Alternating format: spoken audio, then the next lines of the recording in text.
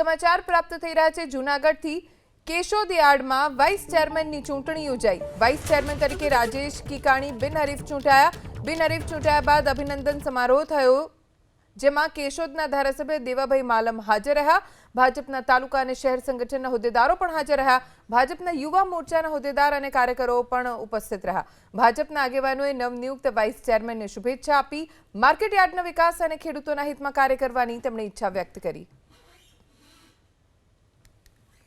કેશોદ યાર્ડના vice chairman તરીકે રાજેશ કિકાણી બિનહરીફ ચૂંટાયા બાદ અભિનંદન સમારોહ યોજાયો, જેમાં કેશોદના ધારાસભ્ય દેવા માલમ સહિત ભાજપના તાલુકા અને શહેર સંગઠનના હોદ્દેદારો, યુવા મોરચાના હોદ્દેદારો, કાર્યકરો, ભાજપના આગેવાનો ઉપસ્થિત રહ્યા, જેમણે નવનિયુક્ત વાઇસ ચેરમેનને શુભેચ્છા આપી।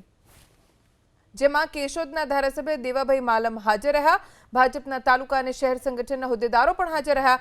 ભાજપના યુવા મોરચાના હોદ્દેદાર અને કાર્યકરો પણ ઉપસ્થિત રહ્યા। ભાજપના આગેવાનોએ નવનિયુક્ત વાઇસ ચેરમેનને શુભેચ્છા આપી। માર્કેટ યાર્ડના વિકાસ અને ખેડૂતોના હિતમાં કાર્ય કરવાની તેમણે ઈચ્છા વ્યક્ત કરી।